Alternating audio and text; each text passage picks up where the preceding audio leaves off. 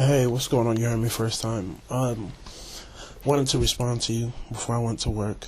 Um, I agree with you. I don't think there's really any point that we disagree except for the end of your response to me, and I'll get to that later. But in regards to the insensitivity, that is there, right? That just fits into what I'm trying to say about how we treat each other and how we talk to each other and how we understand each other, right? That fits into there. What I'm trying to say is that what we see on TV in terms of how black women are portrayed, we can't control that. So we don't know if it's going to continue to happen or if it's going to go away.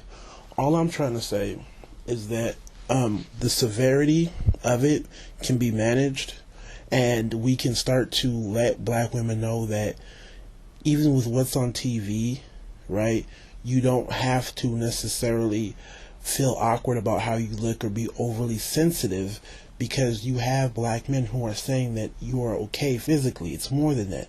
Yes, you have black men who have a problem with black women physically, and some of them will try to hide it in regards to comments about self-hate and what other women are doing, and then you have men who are saying that stuff simply just to get people mad and to get people to act out emotionally. There's people like that.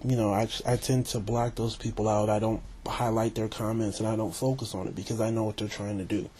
But you have men who are saying it's more than just physical.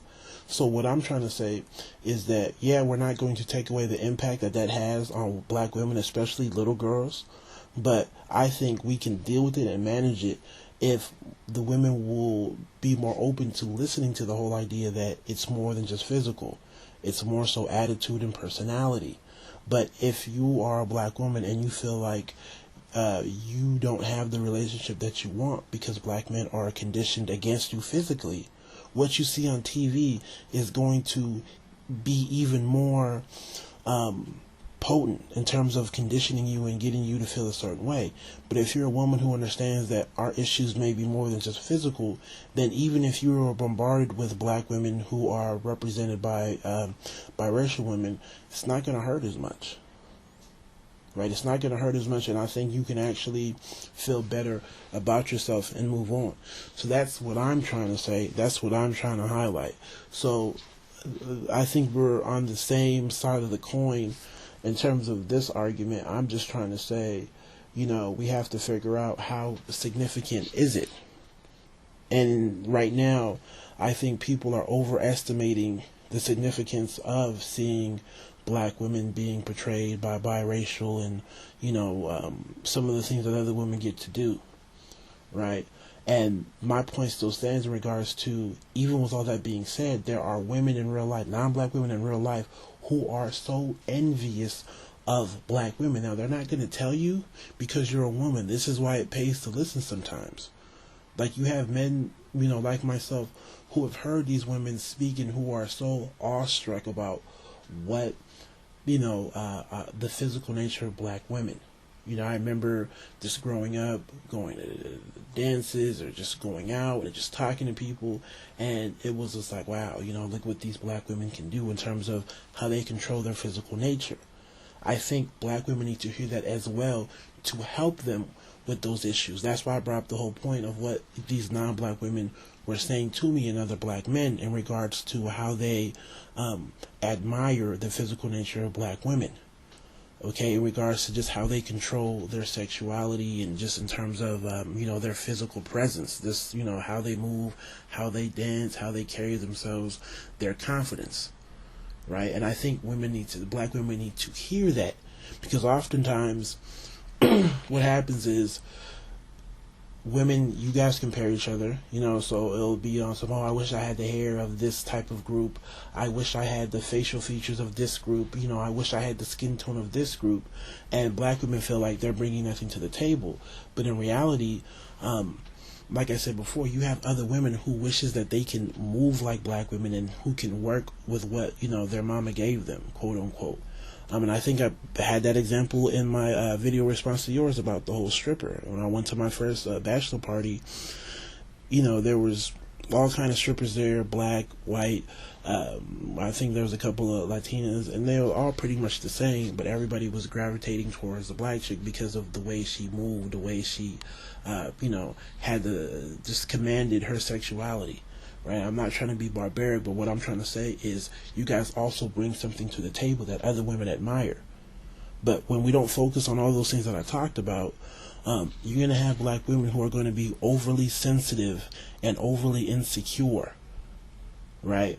So you have that going on. That's the point I'm trying to make. But in the end, I think we agree more than we disagree, and I don't even think we did disagree. I just think it's just more so about the impact and the severity and what we can do about it. Now, the next point you made, hold on, let me pause it and listen to the next point you made at the end of the video so I'm clear. So, 1 second.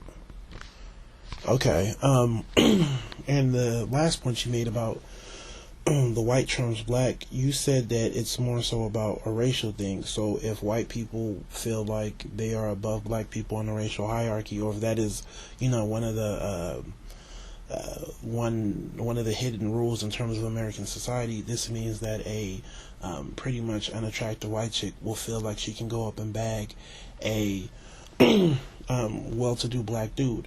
Now, here's where we disagree. Okay, I don't think it's about race there. So if a white chick who may be, heavier or may, not be the best of looking, I don't think she still feels like she can approach black men simply because she is white and she is seen to be higher up on the hierarchy.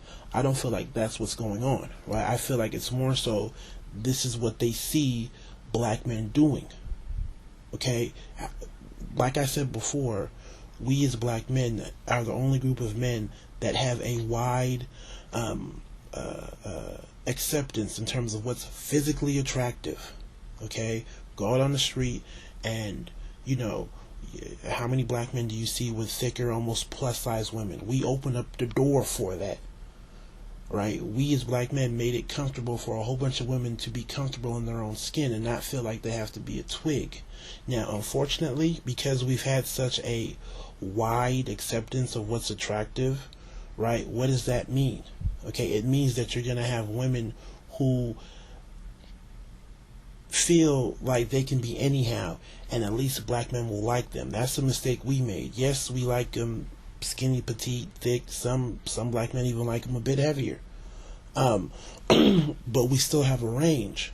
So to be real with you, if you did see a maybe a heavier white chick or just another non-black chick, you would see black men with that as well. That's where they get the whole idea from. It's as simple as that, right? How many black women are you going to see with white men that are a little bit on the heavier side? You're not, right? Because, typically that's not what white men like. So when it comes down to that, it's more so of what different men like in terms of physical. I don't really think it's racial there. I don't think it's racial at all, right? Just from me speaking to non-black women who, may be thicker or heavier or whatever you want to call it, I never got the impression that they were doing so because they felt white trumps black. If you think about it, if they felt like white trumps black, why would you be talking to a black guy, period? If you felt like you were above on the totem pole, why would you talk to a black dude? It doesn't make any sense. It's just like me saying, I think, black people are better than white people, and we're above them on the, the social totem pole. So if that was the case, why would I talk to a white chick? Why would I talk to somebody who's from a social group or a racial group that is beneath me? That doesn't make any sense. For a white chick who, however she looks, to think that black people are on the bottom, right, but then choose to be with their men. That doesn't really, logically that doesn't work for me. Maybe it works for you, but logically it doesn't work for me. But what does is a heavier non-black chick, or just a black or non-black chick who falls out of mainstream beauty standards, going after black men because they see black men getting with black women who also fall into this whole non-traditional standard of beauty. And that's what I said before. That's more so the heavier type of a woman, the more curvaceous type of woman. And like I said before, we as black men, we have a wide variety of what we like. But even then, I don't think we did a good enough job at saying, yes, we have a wide appetite. But even then, it's still, we have our parameters. But because we have the widest parameters, you'll have a whole lot more women who will feel comfortable with that. Simple as that. So for everybody else, if you're out on the street and you see a heavier, a white chick or non-black chick, or who looks a certain way, who feels like they can get black men, you know why she's doing that?